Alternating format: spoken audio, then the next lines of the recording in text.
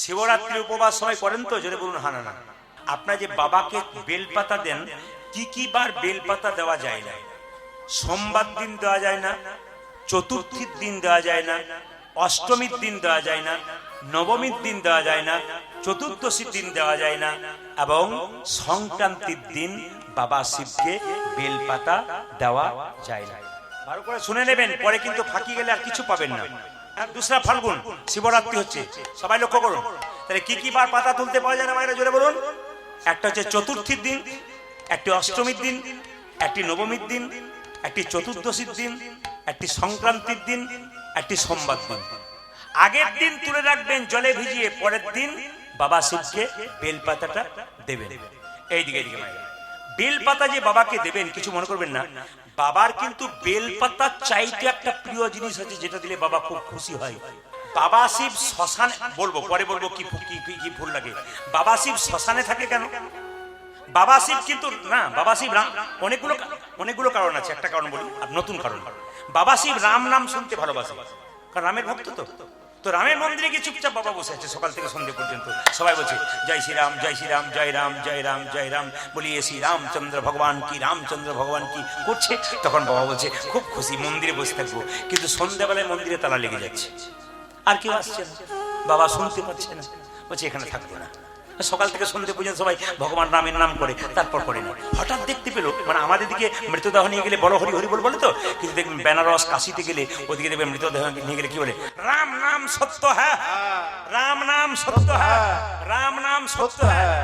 এখন বাবা শিব দেখছে চার কাহারে কাঁধে নিয়ে চলে যাচ্ছে মৃতদেহ, রাম নাম সত্য হ্যাঁ সত্য হ্যাঁ বলে। কোথায় যাচ্ছে দেখি তো? বেনারসে। যত জায়গায় মরা পড়ে বেনারসি পন্থী যদি যান দেখবেন 24 ঘন্টার মধ্যে কোনো সময় চিতা নিচ্ছে না। দেখে নেবেন আপনারা, কোনোদিন বেনারসে যাবেন 24 ঘন্টার মধ্যে কোনো সময় চিতা নেবে না, একটা না একটা চিতা জ্বলছে। বাবা শিব বললো তাহলে আর দরকার নেই, আমি শ্মশান ঘাটে থেকে যাই, কেন? এখানে রাম নাম শুনতে পাবো, রাম নাম সত্য হ্যাঁ, রাম নাম। বাবা তখন থেকে শ্মশান ঘাটেই নিতাই গৌর হরি বল বলে রয়ে গেলেন। আচ্ছা একটা কারণ বলি, আর শিব চতুর্দশী করলে কি লাভ আছে? বলছে আগে একজন ব্যাদ ছিল, সেই ব্যাদ মাইরা সেই ব্যাদ কিন্তু সকাল থেকে সন্ধ্যে পর্যন্ত শিকার করতে যেত। একদিন কতগুলো পশু শিকার করে বনের মধ্যে গভীর অন্ধকার হয়ে গেল, ভক্তি ঘরে যেতে পারলো না। এখন পশু শিকার করে একটা গাছের উপরে চেপে বসলো। সেই গাছটার নাম কি? বেল গাছ। আশ্চর্য ব্যাপার, বেল গাছের নিচে ছিল একটা শিবলিঙ্গ, আর সেই দিনটা ছিল শিব চতুর্দশী। সারাদিন ব্যাদ কিছুই খায় নাই, বেল গাছের উপরে চুপচাপ বসে আছে অন্ধকারে। কেন? বিভিন্ন পশু ডাক দিচ্ছে, যদি খেয়ে ফেলে আক্রমণ করে, চুপচাপ শুয়ে আছে। হঠাৎ শিশিরে ভেজা একটা পাতা ওই তার হাতে ঠেকেছিল, তার হাত থেকে বাবা শিবের মাথায় পড়ল। শিব চতুর্দশী হয়ে গেল। সকালবেলায় যখন বাড়ি ফিরে গেল, তার স্ত্রী খুব চিন্তা করছিল, ফোনের তো তখন যোগাযোগ নেই, তার স্ত্রী খুব চিন্তা করছিল, বললো যে আচ্ছা তুমি এসেছো, যাও স্নান করেছো, পালন করবে। যখন পালন করবে একজন ব্রাহ্মণ এসে বললো আমার কিছু সেবা দাও। নিজে না খেয়ে ব্রাহ্মণকে সেবা দিল। কিছুদিন পরে ব্যাদ মারা গেল। ব্যাদ মারা যাওয়ার পর যমলোকে যমরাজের বললো এই যে একে নিয়ে যাবো জমালয়। বলছে না, একে শিবলোকে নিয়ে যাবো। বলছে তো প্রত্যেকদিন পশু মেরেছে। বলছে যত না পশু মেরেছে, একদিনে যে শিবরাত্রি ব্রত করেছে, তার জন্য এর জায়গা যমরাজের কাছে নয়, এর জায়গা শিবলোকে হবে। তাহলে দেখুন মায়েরা, যদি শিবরাত্রি একটা ব্রত করে শিবলোকে হয় অজান্তে, অনেকদিন দেখবেন আপনার ধরুন উপবাস করার ইচ্ছে হয়েছে, বাড়ি থেকে উপবাস করতে দিচ্ছে না, রাগ করে সেদিন খাবেন না, দেখবেন আপনার উপবাস হয়ে অজান্তে। আমাদের গ্রামে একজন আছে, ও একাদশী বাড়িতে কেউ করতে দেয় না, ও সেই দিনই বলে তোর আমাকে অনেক কথা শুনেছিস, কিছু না, মানে ওর কিন্তু এটা বুদ্ধি যে আজকে আমি কিছু খাবার মানে একাদশী করে দেবো। এখন বয়স হয়ে গেছে, মাসি তোমাকে কেউ কিছু বলে, এখন আর কিছু বলতে পারে না, আমি প্র্যাকটিস করে নিয়েছি। তো এটা একটা ভালো জিনিস। কিন্তু এইবার লক্ষ্য করুন মায়েরা, কোন ফুল সবচাইতে প্রিয়? একদিন নারায়ণের চরণ সেবা করছে লক্ষ্মী, সবার কাছে বলবেন বাড়িতে লক্ষ্মী এবং নারায়ণ রাখবেন যুগলে। লক্ষ্মী একা রাখবেন না, লক্ষ্মী চঞ্চলা হয়। পুজো করবার সময় লক্ষ্মীর পাশে নারায়ণকে আপনারা রাখবেন। সবসময় দেখবেন ছবিতে, আসল ছবিতে লক্ষ্মী নারায়ণের পদসেবা করছে। লক্ষ্মী নারায়ণকে বলছে স্বামী, আমি যে তোমার সঙ্গে আমার বিয়ে হলো, আমি কি সত্যি তোমার প্রিয় হতে পেরেছি? বলছে হ্যাঁ। আদর করে জড়িয়ে বললো হ্যাঁ সত্য। লক্ষ্মী নারায়ণকে বলছে স্বামী, সত্যি কি আমি তোমার, আস্তে আস্তে, সত্যি কি আমি তোমার প্রিয় হতে পেরেছি? নারায়ণ সঙ্গে সঙ্গে লক্ষ্মীকে জড়িয়ে বলল তুমি আমার প্রিয় না হয়ে হতে পারো। এখানে খুব শিক্ষণীয় বিষয় আছে। আস্তে আস্তে আস্তে, এখানে একটা শিক্ষণীয় বিষয় আছে। স্বামী স্ত্রীর মধ্যে সম্পর্ক যদি লক্ষ্মী নারায়ণের মতো হয়, ভগবানকে ডাকতে হবে না, ভগবান আপনার বাড়ি আসবে। পণ্ডিতগণ বলছেন একজন স্ত্রী একজন স্বামীর মানসিক রোগের ডাক্তার। কিরকম? অনেক স্বামীকে দেখেছি কুপথে, অন্য পথে, খারাপ পথে চলে গেছে, স্ত্রী তার ভালোবাসার দ্বারা, প্রেমের দ্বারা, ভক্তির দ্বারা তাকে সোজা পথে এনেছে। মানসিক রোগের ডাক্তার। স্বামী যদি সারাদিন পরিশ্রম করতে যায়, সন্ধ্যাবেলায় বাড়ি ফেরে, তার ক্লান্তি দূর হয় স্ত্রীর সেবার দ্বারা। স্বামী হচ্ছে হাতের মতো, স্ত্রী হচ্ছে চোখের মতো। হাত যদি ব্যথা পায় চোখ কাঁদবে, আর চোখ যদি কাঁদে হাত তার জল মুছিয়ে দেবে। এরকম সম্পর্ক থাকলে সংসার সুখের হবে। রাধে রাধে। কথাগুলো অমৃতের মতো কথা। যদি বলেন বলতে, তাহলে বলবো, না বাদ দিয়ে দেবো। যে একবার শুনবে সে বলবে রাত্রি হোক তবু শুনবে, কিন্তু ওই লোকগুলোকে আমার ভয় লাগছে। অন্য কিছু ব্যাপার বলবো তো না। কি বলছে? রাধা রানী কি, শ্যাম সুন্দর কি? ও মায়েরা সবাই তাকান। স্বামী স্ত্রীর সম্পর্ক কেমন? জীব এবং দাঁতের মতো। আমার কথা নয়, প্রদীপ পালের কথা নয়, বড় বড় মহাজনদের। জীব এবং দাঁতের মতো। কেন বলুন তো? জীব থাকবে পেছনে, দাঁত থাকবে সামনে। স্বামী হচ্ছে দাঁত, জীব হচ্ছে স্ত্রী, তিনি পেছনে। আপনাদের হাওড়াতে নাই, অন্য জায়গাতে জীব লক লক করে, দাঁত তার কিছু বুঝলেন? কিছু বুঝলেন? দাদারা হারে হারে বুঝছে আর কি। ওনারা বলছেন ঠিক লাইনে আছেন, আপনি ঠিক বলে যান, অসুবিধা নেই। আমরা বললেই গন্ডগোল, আপনি বলে যান যদি কিছু হয়। না না, বলে দেখি। অনেক জায়গাতে কীর্তনের বায়না করে আমাকে বলে কি, আপনার ফাঁকা আছে দাদা? বললাম আপনি মহিলা পুরুষ নাই, ওরা সব বোকা, এক নম্বর বোকা, কথা বলতে পারে না, তাই আমাকে বলছে। বাবারে, কিছু মনে করবেন না। জীব কিন্তু সবসময় পেছনে থাকবে, দাঁত সামনে থাকবে। কেন? যদি কেউ আঘাত করে তবে দাঁত আঘাত নেবে, জীবকে আঘাত দিতে দেবে না। স্বামীর কর্তব্য এইটাই, স্ত্রীকে আঘাত দিতে দেয় না, নিজে আঘাত পায়। কিন্তু মায়েরা, স্বামীর যদি স্ত্রী কোনো দোষ দেখে তাহলে খুঁচে খুঁচে দোষটাকে নষ্ট করে। কিরকম? যদি দাঁত হয় স্বামী, স্ত্রী হয় জীব, আর দাঁতের মধ্যে যদি কিছু কিছু লেগে যায়, তখন দেখবেন জীব খুঁচে খুঁচে খুঁচে খুঁচে বের করবে, তবে ছাড়বে। মানে স্বামীর যদি কোনো দোষ দেখে না, খুঁচে খুঁচে খুঁচে খুঁচে বের করবে না। কি বলছেন? এই দোষ আছে, খুব খুঁজে খুঁজে বের করে। এই যে চুপ করে হাসছেন, খুব দোষ ধরে। রাধা রানী কি? যে জায়গায় ছিলাম, লক্ষ্মী নারায়ণকে বলছে, স্বামী সত্যি কি প্রিয় হতে পেরেছি? তুমি আমার প্রিয়। কিন্তু এই জগতে সবচাইতে প্রিয় কে জানো? লক্ষ্মী নারায়ণ বলছে, যে শিবের পূজা করে, যে শিবকে সন্তুষ্ট করে। মায়েরা, ভগবান নারায়ণ নিজের মুখে বলছেন, এই জগতে যে নারী পুরুষ শিবরাত্রির দিনে শিবের পুজো করতে পারে, বা প্রতি সোমবার শিবের পুজো করতে পারে, শিব কিন্তু শিব পুজো করতে পারলে নারায়ণ তার প্রতি কৃপা দৃষ্টি দেয় না। লক্ষ্মী বলে উঠলো, লক্ষ্মী বলে উঠলো, স্বামী তাহলে কি করব? বলছে, তুমি এক কাজ করো, তোমার কানে আমি মন্ত্র দিই, 5 অক্ষরের মন্ত্র, নমঃ শিবায়, নমঃ শিবায়, নমঃ শিবায়। আর শিবের সবচাইতে প্রিয় ফুল, নারায়ণ বললেন পদ্ম ফুল। লক্ষ্মী প্রতিদিন সরোবর থেকে 100টা করে পদ্ম ফুল আনে, আর বৈকুণ্ঠে একটা সোনার শিবলিঙ্গ তৈরি করে প্রত্যেকদিন পুজো করে। পুজো 1 বছর হয়ে গেল। মা লক্ষ্মী যখন পুজো করছে, চোখটাকে বন্ধ করে ধ্যান করছে শিবের, বাবা শিব নিজের মূর্তি ধারণ করে 2টো ফুল কেড়ে নিয়েছে। হঠাৎ যখন ধ্যান ভাঙলো লক্ষ্মীর, তখন দেখতে পেল 2টো ফুল নাই। 100টা পদ্ম ফুল প্রত্যেকদিন তুলি, আজকে 2টো নেই কেন? তখন মনে মনে ভাবলো, 2টো যখন নাই, পুজো করতে করতে উঠলে যে দেবতার পুজো করেন তাকে অপমান করা হয়, তাই উঠতে নাই, যা আছে তাই দিয়ে করতে হয়। বলছে, তাহলে 100টা ফুল তো হচ্ছে না, তাহলে 100টা ফুল পূর্ণ করবো কি করে? সবাই তাকান, নিজের বক্ষ যুগলটাকে একদিন বিষ্ণু বলেছিল, ওগো লক্ষ্মী, তোমার বক্ষ যুগল পদ্ম ফুল স্বরূপ। বলছে, আমার স্বামী যদি বলে আমার বক্ষ যুগল পদ্ম ফুল স্বরূপ, এই বক্ষ যুগলে আমি বাবা শিবকে দান করব। সবাই তাকান, বক্ষ যুগলে হাত দিয়ে বাবা শিবকে যখন দান করছেন, একটা অস্ত্র দিয়ে যখন কাটতে যাচ্ছেন বক্ষ যুগল, তখন বাবা শিব নিজ মূর্তি ধারণ করে বললেন, মা, এ তুমি কি করছো? তুমি তো আমার মা, তুমি তোমার বক্ষ যুগল কেটো না, তবে তোমাকে আশীর্বাদ দেবো। বলে কি? তুমি যদি তোমার স্বামীর প্রিয় হতে চাও, তুমি আমার পুজো করো, তবে তোমার শরীর থেকে সৃষ্টি হবে বেল গাছ। যেটাকে শ্রীফল, লক্ষ্মীর আর এক নাম শ্রী, ওই জন্য বেল গাছকে বলা হয় শ্রী গাছ। আর বেল কোথায় তৈরি হবে? বলছে তোমার যে বক্ষ যুগের অধম সুধা অমৃত বেল যদি কেউ খায় ওটার নাম শ্রীফল। তোমার বক্ষে যেমন অমৃতের সুধা আছে, সেরকম বেলের মধ্যে অমৃত সুধা আছে। তোমার অমৃত সুধা পান করলে যেমন অনেক মানুষের শান্তি হয়, ভক্তের শান্তি হয়, তোমার প্রেম ভালোবাসা নিলে যেমন ভক্তি দিলে শান্তি হয়, সেরকম বেল ফল যদি কেউ খায় তার অনেক রকমের রোগ দূর হয়। কি সুন্দর আশীর্বাদ, সবাই তাকায় না। আর বলছে শ্রী পাতা হবে তোমার ওই পাতাগুলো। ওই জন্য মায়েরা শিবের সবচাইতে প্রিয় কি বলুন তো? পদ্ম ফুল। এই জন্য আপনারা যদি কেউ পদ্ম ফুল শিবকে দিতে পারেন শিবরাত্রির দিনে, 4 প্রহরে পুজো করবেন শিবরাত্রিতে। প্রথম প্রহরে শিবকে দুধ দিয়ে স্নান করাবেন, দ্বিতীয় প্রহরে দই দিয়ে স্নান করাবেন, তৃতীয় প্রহরে ঘি দিয়ে স্নান করাবেন, চতুর্থ প্রহরে মধু দিয়ে স্নান করাবেন। ধৈর্য যার ভগবান তার, ধৈর্য যার নাই ভগবান তার নাই। এখানে যারা কীর্তন শুনছেন তাদের কাছে নিবেদন, কীর্তন যখন শুনবেন ভক্তের পাশে বসে শুনবেন। এই যে আমার ভাইয়েরা কীর্তন শুনছেন, আমার বাবারা শুনছেন, ভেতরে জালের ভেতরে অনেক বয়স্ক বাবারা আছেন কীর্তন শুনছেন, অনেকে দাঁড়িয়ে আছেন শুনছেন, অনেকে বসে আছেন শুনছেন। মায়েরা কিন্তু অনেকে দেখতে পাচ্ছি তিলক মালা নিয়ে বসে আছেন শুনছেন। আমি আপনাদেরকে বলবো ভক্তের পাশে বসে কীর্তন শুনুন। কেন? কীর্তন শুনতে শুনতে ভক্ত যখন হাত উঠিয়ে দেবে, আপনি পাশে বসে থাকলে আপনারও হাত কিন্তু উঠে যাবে। যেখানে প্রসাদ হবে, যেখানে প্রসাদ হবে সেখানে ভক্তের পাশে প্রসাদ পান, যাত্রার কাছে প্রসাদ পাবেন না। কেন?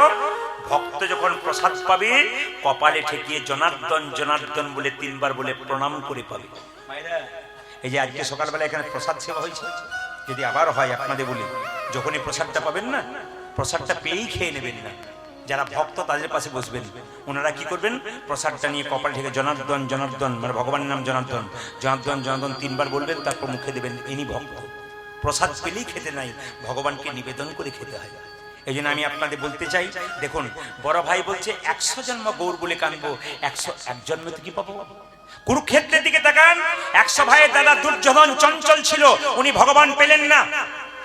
আর 5 ভাইয়ের দাদা যুধিষ্ঠির স্থির ছিলেন, উনি ভগবান পেলেন। এই সংসারে যারা স্থির ব্যক্তি, ঠান্ডা মানুষ, গোবিন্দ পায়। আজ এই সংসারে যে দেখবেন খুব চঞ্চল, এ গোবিন্দ পায় না। মায়েরা যারা খুব চঞ্চল হয় তরকারিতে 2 বার নুন দেয়, ঘরের লোকের হচ্ছে গাল খায়, কিংবা সবজি কাটতে গিয়ে আঙুল কেটে যায়, চঞ্চল যারা হয়। আর দেখবেন যে মেয়েরা খুব স্থির, আমি তো অনেক বাড়িতে, প্রায় বাড়িতে আমার বাসা হয়, তো অনেক মেয়েদের আসতে বাবা, আমি অনেক মেয়েদেরকে দেখতে পাই যারা কিন্তু খুব ভক্তি ভরে সাধনা করে ভজন করে ঘন্টা খানেক ধরে গোবিন্দের চরণে পড়ে আছেন, সংসারে কাজকর্ম করছেন, আনন্দে আছেন, শরীর সুস্থ ভালো আছেন। আমি কালকে মালদা জেলাতে যেখানে ছিলাম, যার বাড়িতে বাসা, উনি আমার খুব বড় ভক্ত, 10 কিলোমিটার দূরে গান, কিন্তু উনি বলছেন প্রদীপ বাবুকে আমার বাড়িতে রাখবেন। তো ওনার বাড়িতে দেখে ওনার বৌমা, ওনার স্ত্রী, ওনার মেয়ে সকাল থেকে দেখে ভোর 5টা থেকে তৈরি হয়েছে। কি প্রসাদ পাবেন আজকে? আমরা সব আগের দিনে কেটে রেখে দেবো, একটু বলুন, আমরা তৈরি করে রেখে দেবো। তার মানে কি? সারা বলছি এটা শুধু আপনি নয়, প্রত্যেকের জন্য আমরা করি। কেন? মানুষ বলে জন্ম নিয়ে যদি ভক্তের সেবা না করাতে পারলাম, জীবনে কি লাভ আছে বাবা? কেউ কারো বাড়িতে কি 5 দিন ধরে খেতে যায়? আপনার ভাগ্য ভালো, যার বাড়িতে শ্রীখল ঢোকে, যার বাড়িতে করতাল ঢোকে, বুঝতে হবে তার খুব ভাগ্য ভালো। আর যে দেখবেন শ্রীখল করতাল দেখে বলে আমার বাড়িতে 20 জন এসছে, জায়গা হবে না, বুঝবেন তার অহংকার আছে, গোবিন্দ কৃপা তার হলো। এই জন্য মুর্শিদাবাদ যদি কোনদিন যান, তাহলে কীর্তন হবার আগে না, ওই কীর্তন যখন শুরু হবে আগামী বছর, তার আগে কিন্তু কমিটিকে অনেক মায়েরা বাবারা যায়, 10টা দলের দল থাকে, তার মধ্যে বলে আমার বাড়িতে একটা দল কিন্তু আমি রাখবো, আমাকে একটু জায়গা করে দিন, আমার জানতে বাড়িতে, মানে ওর আগে থেকে নাম লিখে রাখে, অনেকে পাই না। এই জন্য বারবার বলবো, ঘুরতে হবে, জানতে হবে, দেখবেন কোন দিকে কত কৃপা হচ্ছে, ভক্তের কৃপা হচ্ছে। তাই সবার কাছে নিবেদন রইল মায়েরা, মুকুন্দ সরকার নরহরি সরকার যখন কাঁদছে, তখন সঙ্গে সঙ্গে মহাপ্রভু বললো চোখের জল সহ্য করতে পারি না। মহাপ্রভু বললেন মুকুন্দ তুমি কেঁদো না। বলে কেন? তুমি হলে বড় ভাই আর হলো ছোট ভাই, 2 ভাই মিলে কীর্তন করতে চলে এলে, বাড়ির সবাই না খেয়ে মরবে, কেউ হরিনাম করবে না, তাই তোমাকে পাঠিয়ে দিলাম বাড়িতে, আর তোমার ভাইকে আমার সঙ্গে রাখলাম। তবে সোনা মুকুন্দ, বনের মধ্যে বড় বড় গাছগুলো ছোট ছোট গাছগুলোকে রক্ষা করে। এই সংসারে যারা বড় ভাই হয় আর বড় বউ হয়, তাদের দায়িত্ব সবচাইতে বেশি। এ কার কথা বাবা? মহাপ্রভুর কথা। যারা বড় ভাই বড় বউ আছেন তারা মন দিয়ে শুনবেন, মহাপ্রভু বলছেন এই সংসারে যারা বড় ভাই আর বড় বউ হয়, তাদের দায়িত্ব সবচাইতে বেশি হয়। কেন? বনের মধ্যে বড় বড় গাছ যেমন ছোট ছোট গাছগুলোকে ঝঞ্ঝঞ্ঝা থেকে রক্ষা করে, এই সংসারে বড় ভাই বড় বউ যারা হয়, বাবা মা মারা যাওয়ার পর তারা মা বাবার মতো দায়িত্ব পালন করে, তবেই তো সে বড় বউ আর বড় ভাই হয়ে গেল। কিন্তু সবচেয়ে লজ্জার ব্যাপার কি বলুন তো, এখনকার যুগে ভাই কত ভাইকে ঠকাতে পারে তার জন্য চেষ্টা। এই ভাইয়ের দিকে তাকাবেন না, অনেক ভাই আছে যাদের মধ্যে প্রেম ভালোবাসা আছে। ঘুরতে হবে, আপনি আপনার পাড়াটাকে দেখে বিচার করবেন না, আপনার ঘরের পাশে দেখে বিচার করবেন না, ঘুরতে হবে। আমরা তো ঘুরছি, দেখতে পাচ্ছি কত জায়গায় ভাইয়ের মধ্যে কত প্রীতি আছে, কত ভালোবাসা আছে। এই সম্পর্কটা ভালো রাখুন, জীবন দেখবেন সুন্দর। তাই সবাই লক্ষ্য করুন, মুকুন্দ সরকার কাঁদছে, বলছে তুমি বাড়ি ফিরে যাও আর তোমার ভাইকে রাখলাম। ও মুকুন্দ, দেরি করো না, তুমি বাড়ি ফিরে গিয়ে একটা গোপীনাথের মন্দির তৈরি করো, জীবের দ্বারে হরিনাম দাও আর গরিবের চিকিৎসা করো। অহংকার হচ্ছে ক্যান্সার ব্যাধির মতো। অহংকার হচ্ছে ক্যান্সার ব্যাধির মতো, যদি কারো ভেতর একবার ধরে যায় সে গোটাটাই শেষ হয়ে যাবে। মায়েরা, আমি একটা কথা আপনাদের বলতে চাই, ভেতরে যদি কোনো জ্বালা থাকে, যন্ত্রণা থাকে, ভগবানের কাছে বলবেন, পাড়াপড়শির কাছে বলবেন না, গুরুর কাছে বলবেন, না থাকলে মন্দিরে বলবেন, বাবা মা সবাইকে বলে রাখবেন। অহংকার দেহকে নিয়ে করবেন না, সুন্দরতা নিয়ে করবেন না। এই কয়েকদিন আগে জলপাইগুড়িতে গান করছিলাম, মেজবাবু দরজায় দাঁড়িয়েছে, কাউকে ঢুকতে দিচ্ছে না, সবাই প্রণাম করতে আসছে। একটি মেয়ে কিন্তু দরজায় দাঁড়িয়ে খুব কাঁদছে। তো মেজবাবু আমাকে এসে বলছেন, প্রদীপবাবু একটা মেয়েকে আপনাকে চান্স দিতে হবে যে আপনাকে দেখা করবে, খুব কান্নাকাটি করছে, বললাম ডেকে দিন। মেয়েটির বয়স 25 বছর, সুন্দর ছোট ছোট চুল, বিয়ে হয়েছে, স্মৃতি টকবগে সিঁদুর। মেয়েটি এসেছে, চোখের তলায় কালি কালি দাগ পড়ে গেছে। উনি আমাকে প্রণাম করে বলছেন, প্রদীপবাবু আমি প্রতিদিন আপনার কীর্তন শুনি, কিন্তু ডাক্তারবাবু আমাকে জবাব দিয়েছেন। কি হয়েছে তোমার? তুমি এত সুন্দর দেখতে, একবার পদ্ম ফুলের মতো মেয়ে, তোমার কি হয়েছে? আমার ক্যান্সার হয়েছে। মাত্র 25 বছর বয়স, এত সুন্দর রূপ, যেন একবারে যেন প্রতিমাটি গড়েছে ভগবান যত্ন করে, কিন্তু চোখের তলায় কালি, ভালো করে কথা বলতে পারছে না। আমি তখন বললাম, গৌর গোবিন্দের নাম করো, আর তো কোনো পথ নাই, ঈশ্বর নিশ্চয়ই ভালো রাখবেন। পরে জানতে পারলাম ডাক্তারবাবু বলেছেন তোমার অনেকটা উন্নতি হয়েছে। কিসের অহংকার করছেন? কিসের অহংকার? বাড়ি গাড়ি টাকা পয়সার অহংকার। সকালবেলায় রাত্রিবেলায় যদি শোবেন, সকালবেলায় চোখ খুলবেন তো সকাল হবে, চোখ না খুললে পরকাল হয়ে যাবে। এখনই আছে এখনই নাই, নিঃশ্বাসে বিশ্বাস নাই, কখন চলে যাবেন? কিসের অহংকার? কাকে দেখাচ্ছেন আপনি? আপনি কিছু মনে করবেন না, আপনি যখন মারা যাবেন তখন দেখবেন আপনি যে বিছানাতে শুয়েছিলেন ওটা ঘর থেকে লুকিয়ে বের করে দেবে আপনার সঙ্গে, আপনি যে কাপড়টা পরেছিলেন ওটা আপনার সঙ্গে বের করে দেবে, কিন্তু আপনি যে এত টাকা রোজগার করলেন ওটা কিন্তু আপনার সঙ্গে বের করবে না। হরিবল হরিবল হরিবল। আপনি যে কষ্ট করে একটা সোনার মালা তৈরি করেছেন রোজগার করে, ওটা দেখবেন যত্ন করে আলমারিতে আছে, ওটা যাবার সময় তোমাকে দেবে না। এই সংসার শুধু নিতে চায়, দিতে চায় না। কীর্তন যদি এরকম হয়, ভক্তের ভেতরে ঢুকে যায়, তবে মন দিয়ে শুনবেন, কারো গ্যারান্টি নাই। ট্রেন আসবার সময় সিগন্যাল দেয় ট্রেন আসছে, মৃত্যুর সময় সিগন্যাল দেয় না মৃত্যু কখন আসে।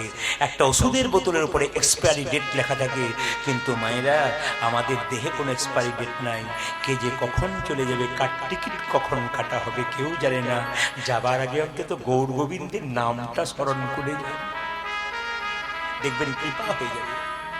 আর একটা কথা আমার দাদা ভাইদেরকে বলে যাব, সবাই শুনে নেবেন, যে যেখানে বসে আছেন, বিরাট দামি কথা। একটা কথা বলে যাব, আর নারীদেরকে 3টে জায়গায় ছাড়বেন না। খুব দামি কথা, যতগুলো বাবা আছেন একবার মন দিয়ে শুনবেন, বিখ্যাত পণ্ডিতের উক্তি। নারীদেরকে 3টে জায়গায় ছাড়বেন না। আমার মা বোন ছেলে মেয়েদেরকে 3টে জায়গায় ছাড়বেন না। কোথায় কোথায়? 1 নম্বর জায়গায় কোথায়? স্ত্রীর যদি অসুস্থ হয়, যদি বিছানায় পড়ে থাকে, স্বামী কিন্তু স্ত্রীকে ছেড়ে যেন কোনো জায়গা না যায়। হরিবল হরিবল হরিবল। দুঃখের দিনে স্বামী চেনা যায়, দুঃখের দিনে স্ত্রী চেনা যায়। এটাই তো আশ্চর্যের ব্যাপার। আজ থেকে 10 বছর আগে আমার একটা প্রবলেম শরীরে হয়েছিল। আমি চেন্নাই অ্যাপেলো গিয়েছিলাম, আমার স্ত্রী চেন্নাই অ্যাপেলো প্রথম গেল, আমার জামাইবাবু স্কুলের শিক্ষক তিনি গিয়েছিলেন, আমরা দুজনে নার্সিংহোমে আছি। আর আমার স্ত্রী দেখছি ওই রাস্তাটা আঁকাবাঁকা রাস্তা, রোড পেরিয়ে দেখছি ঠিক জায়গায় চলে এসেছে। বললাম তুমি এলে কি করে? কি জানি কে যেন টানে নিয়ে চলে এলো। তার মানে কি? প্রীতি, ভালোবাসা, টান, কি হবে কি হবে কি হবে, ভক্তি ভালোবাসা ছুটে এসেছে। এ দারুণ জিনিস। এই জন্য স্ত্রী যদি কোনোদিন বিপদে পড়ে, শরীর খারাপ হয়, স্বামীর যদি হাজার কাজ থাকে, স্ত্রীর মাথা শিওরে যেন বসে, স্ত্রীর অনেক রোগ দূর হয় স্বামী যদি কাছে থেকে। এইদিকে তাকাবেন। দ্বিতীয় কোন সময় যাবেন না, যদি আপনার স্ত্রীকে সমাজ কলঙ্কিত করে, খারাপ খারাপ কথা বলে, সমাজ আপনার স্ত্রীকে দোষ দেয়, কিন্তু আপনি জানেন আপনার স্ত্রী নির্দোষ, সেদিন আপনি সবার কথা না শুনে আপনার স্ত্রীর পাশে দাঁড়াবেন, বউকে আড়াল করে, আমার স্ত্রী নির্দোষ, তোমরা যতই বলো আমার স্ত্রী নির্দোষ, সেদিন স্ত্রীকে ছেড়ে ছেড়ে যাবে। আর একটা জায়গায় স্ত্রীকে ছাড়বেন না, পণ্ডিত বলল কোন জায়গায় না, যখন আপনি বাড়ি থাকবেন না, কোনো পরপুরুষের সঙ্গে আপনার স্ত্রীকে কোথাও ছাড়বেন না। যদি সে আপনার আত্মীয় হয় তবু ছাড়বেন না একা। আপনার মেয়েকেও সঙ্গে পাঠাবেন। ঘি আগুনে গলতে বেশিক্ষণ সময় লাগে না, রামকৃষ্ণ দেব বলেছেন। কথাগুলো যদি নিতে পারেন তাহলে জীবন সুন্দর হবে। আরে ভাই, এ শুধু পশ্চিমবাংলা নয়, পশ্চিমবাংলার যতগুলো রাজ্য, পশ্চিমবাংলার যতগুলো জেলা আছে, প্রত্যেকটি রাজ্যে রাজ্যে মানুষ এরকম যেমন শুনছেন আপনারা না, এরকম মানুষ স্থির হয়ে হাঁ করে শুনতে থাকে। কেন? কথা নয়, হীরা হীরা। এতেই জীবন পরিবর্তন হতে পারে, বাকি কোনো জায়গায় জীবন পরিবর্তন হতে পারে না। নিতে পারেন তাহলে লাভ আছে। মুকুন্দ সরকারের স্ত্রী যখন প্রচন্ড মানে যন্ত্রণা, তখন মহাপ্রভু বললেন, শোনো, তোমাকে চিবানো পান দিলাম, তুমি তোমার স্ত্রীকে দিয়ে দাও, তোমার স্ত্রীর রোগ তো ভালো হবে, একটা নতুন লক্ষণ প্রকাশ পাবে, তোমার স্ত্রীর গর্ভে সন্তান আসবে, সেই সন্তানের নাম হবে ভক্ত রঘুনন্দন। চিবানো পানটা স্ত্রীকে দিয়েছে মা, আর স্ত্রী গর্ভে সন্তান এসেছে, সেই সন্তানটা জন্ম নিচ্ছে সরস্বতী পুজোর দিনে। মাথায় কাপড় নিন সবাই মিলে, আজকে সরস্বতী পুজোর দিনে কিন্তু সন্তান জন্ম নিচ্ছে। সবাই তাকান, সরস্বতী পুজোর দিনে সন্তান জন্ম নিচ্ছে কিভাবে? সবাই আহা হেন কালে জন্মিল শির গুণন্দন, হেন কালে জনমিল শির গুণন্দন, হেন কালে জন্মিল শির গুণন্দন, হেন কালে জনমিল শির গুণন্দন, মুকুন্দ দাসেরি তাহা আনন্দিত, আজ মুকুন্দ দাসের তাহা আনন্দিতম, মুকুন্দ দাসেরি তাহা আনন্দিত। মুকুন্দ দাসে তাহা আনন্দিতম। আপনি ভগবানের জন্য কিছু করবেন তো ভগবান আপনার জন্য কিছু করবে, কিছু করবেন না তো ভগবান আপনার জন্য কিচ্ছু করবেন। রাত্রিবেলায় বিপদে পড়েছেন, 10,000 টাকা দরকার, আমার সঙ্গে যদি আপনার সম্পর্ক থাকে, আপনাকে ডাকতে হবে না, হ্যালো করলেই টাকাটা আপনার বাড়ি দিয়ে যাব। আজ আমার সঙ্গে সম্পর্ক না রাখেন, কেঁদে মূল্য 1 টাকা দেবো না। কেন বলুন তো? আপনাকে তো আমি চিনতেই পারি। ভগবানের সঙ্গে যদি সম্পর্ক রাখেন, দিনের পর দিন মায়েরা ভগবানের সঙ্গে সম্পর্ক রাখেন, ভগবানের নাম শোনেন, একদিন বিপদে পড়বেন, ভগবানকে ডাকতে হবে না, ভগবান অজান্তে তোমার বিপদ থেকে তোমাকে রক্ষা করে দেবে। দু ভাই মিলে কীর্তন করতে করতে শ্রীবাসের দরজায় গিয়ে দাঁড়িয়েছে। সবাই তাকান, বড় ভাই এরকম করে দাঁড়িয়ে আছে, ছোট ভাই এরকম করে দাঁড়িয়ে আছে। তার মানে কি? যে গাছে ফল ধরে সেই গাছের ডালটা নিচের দিকে যায় না উপর দিকে যায়? জোরে বলুন, কোন দিকে? আমি কিন্তু শুনতে পাচ্ছি একজন বলছে উপর দিকে, নিচের দিকে। আচ্ছা মায়েরা, সোনার কলসি যতই দামি হোক, একজনের কাছে মাথা নিচু করতে হয়। কার কাছে? জোরে বলুন, জোরে বলুন, কার কাছে? মা ঠিক বলে। কার কাছে বাবা? গ্লাসের কাছে। আপনি কয়েকশো কোটি টাকার মালিক হন না কেন, মৃত্যুর কাছে মাথা নত সবাইকেই। রাধে রাধে। যতই টাকা থাক, গাড়ি থাক, বাড়ি থাক, মৃত্যুর কাছে কিন্তু আপনাকে মাথা নত একদিন করতেই হবে। ওই জন্য সবার কাছে নিবেদন রইল, যাদের কীর্তন শুনতে ভালো লাগে, যাদের ভালো লাগে না তাদেরকে বুঝিয়ে দিই, একটু মন দিয়ে শুনবেন। বিরাট কোহলি বিশ্ববিখ্যাত ক্রিকেটার ভারতবর্ষে, জোরে বলুন হানা না। তার স্ত্রীর নাম অনুষ্কা। বৃন্দাবনে গিয়ে প্রেমানন্দ মহারাজের কাছে দুজন চুপচাপ বসে আছে, যার নাকি শুনেছি দেশে দেশে বাড়ি আছে, কয়েক হাজার কোটি টাকার মালিক। সেই মানুষটা তার স্ত্রীকে নিয়ে প্রেমানন্দের চরণে বসে আছে, আর প্রেমানন্দ মহারাজের কাছে দুজন কয়েকদিন আগে তুলসীর মালা পড়ল। আপনার একটা চাকরি পাওয়ার পর নিজেকে মনে করেন আমি রয়্যাল বেঙ্গল টাইগার হয়ে গেলাম, আর ওদের কাছে শিখে নিন ওরা কি করলো। বিখ্যাত বিজ্ঞানী আইনস্টাইন জীবনে কোনদিন আমিষ খায় নাই, নিরামিষ খেয়েছে। রোহিত শর্মা, বিরাট কোহলি জীবনে মাছ মাংস খায় নাই, ব্যাটে 6-এর উপর 6 মেরেছে। আর আমরা বাচ্চাদেরকে শেখাই মাছ মাংস খা, নইলে ব্রেন হবে না, নইলে পড়াশোনা হবে না, মাথা গজাবে না, খা যত পারিস খা। বলি না মাইরা? না না, এগুলো হাসি নয়। আপনি চেন্নাই অ্যাপেলে চলে যান, বড় বড় ডাক্তার বাবুরা দেখবেন আমাদের মনে মনে গাল দেয়, যত সব উল্টো পাল্টা খেয়ে সব এইখানে আসে হাজির হয়, মানে সবকিছু শেষ করে আমাদের কাছে আসে। আমি আপনাদের বলতে চাই, আহার যার শুদ্ধ, বচন তার শুদ্ধ। যে দেখবেন খুব উত্তেজিত খাবার খায়, দেখবেন খুব খারাপ খারাপ খাবার খায়, বাসি পচা খাবার। যে কেকটা খাচ্ছেন ওটা বাসি না পচা? জোরে বলুন, জোরে বলুন, খাচ্ছেন কি? যুক্তিতে বলবেন আমার কাছে কীর্তনে বাসি। তাহলে বলুন আপনারা ওটা কতদিনকার হয়েছে? এগুলো হচ্ছে তামসিক খাবার। সাত্বিক খাবার কোনটা? ডাল ভাত শাক সবজি, হজম ভালো হবে, শরীর ঠিক থাকবে। বড় বড় বৈষ্ণবগণ দেখবেন 90 বছর বয়স দিব্যি হেঁটে হেঁটে চলে যাচ্ছে। আর যারা প্রচুর মাছ মাংস খেয়েছে তারা দেখবেন 45 বছর বয়সে, বাবা হাই প্রেশার, সুগার, চলতে পারছি না। এত এত খাবি, তাড়াতাড়ি যাবি, তোর তো যাবার জন্যই তৈরি হয়েছিস। শাস্ত্র কি বলছে দেখুন এইদিকে। শাস্ত্র বলছে যার যেমন পেট, যার যেমন হাতের আকার, যার যেমন হাতের আকার। সবাই তাকান আমার দিকে, যে যেখানে বসে আছেন, বুদ্ধিমান ব্যক্তি যারা আছেন, শাস্ত্র গীতা পড়বেন, ভাগবত পড়বেন, দেখবেন বলছে নিজের হাতটা যতটা, ততটা পর্যন্ত জঠোর মানে পেটটা। যদি এতটা খাবার কেউ খেতে পারে, সুস্থ থাকবে, হজম হবে, কোনো ডিস্টার্ব থাকবে না। আর যদি মনে করে গলা পর্যন্ত খাবো, তার তো নিতাই গৌর হরিবল হবার চান্স না। কথাগুলো শুনবেন, আপনাদের দাম আছে। দু ভাই মিলে যখন এরকম করে দাঁড়িয়ে আছে, দেখবেন সব সহ্য করতে পারে ভগবান, কিন্তু চোখের জল সহ্য করতে পারে না। মহাপ্রভু শিবাসকে বলছে, শিবাস দু ভাই আমার কৃপা পাবার জন্য এসছে।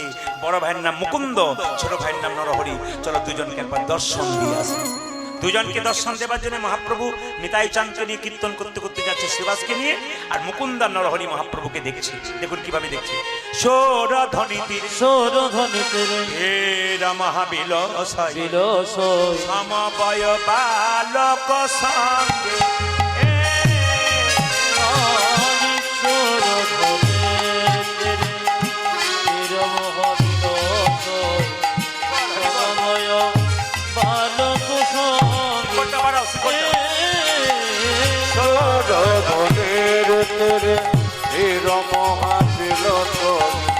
সমবয় বালক সঙ্গে হরি করতালি ধ্বনিত হরি আমার করে করতালি ধ্বনিত হরি ধ্বনি।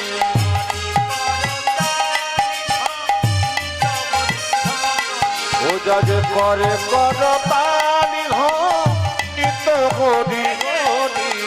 এতজন কীর্তন শুনতে এসছেন, সবার ভাব তো সমান নাই। মহাপ্রভু আসছে, বড় ভাই বল, ছোট ভাই বলছে, দাদা আমি কি দেখছি জানো? ওই তো আমার ওই তো আমার গোড়া নাচে, ওই তো আমার গোড়া। দেখো দেখো ওই তো আমরা গোড়া ওই তো আমার গোড়া। ওদের হেমি দণ্ড বাহু তুলে, ওই তো আমার গোড়া নাচে। হ্যাঁ, মেরুদণ্ড বাহু তুলে, ওই তো আমার গোড়া। পূজা যে দণ্ড বাহু তুলে ওই তো আমার গোড়া আছে। কথাগুলো শুনবেন, গানের মধ্যে যুক্তি আছে। ছোট ভাই বলছে আমি দেখছি গোড়া নাচছে, বড় ভাই বলছে না না আমি দেখছি আরেকজন নাচছে। ওই তো গোড়াই নাচে, ওই তো গোড়ায় নাচে, তুই দেখলি গোড়া নাচে, তুই দেখলি গোড়া নাচে, কিন্তু আমি দেখছি ওই তো গোড়াই নাচে, ওই তো গোড়াই নাচে। দেখো ওই তো গোড়াই নাচে, ওই তো গোড়াই নাচে। আমার ওই তো গোড়ায় নাচে। করে অন্তরে যার বাইরে গোড়াই। পূজা যে অন্তর যার নাচে বাইরে গোড়াই নাচে। মহাপ্রভুর মধ্যে রাধা কৃষ্ণ নেই, ভেতরে কৃষ্ণ আর বাইরে সাদা রাধা গৌর। ভেতরে কৃষ্ণ, বাইরে কারা, কি বলছে? বাইরে সাদা। ওই তো গোড়াই নাচে, ওই তো গোড়ায় নাচে, ওই তো গোড়াই নাচে। দেখো ওই তো গোড়াই নাচে, অন্তরে যার শ্যাম নাচে, বাইরে গোড়াই নাচে। ওই অঙ্গারে যার শ্যামে নাচে,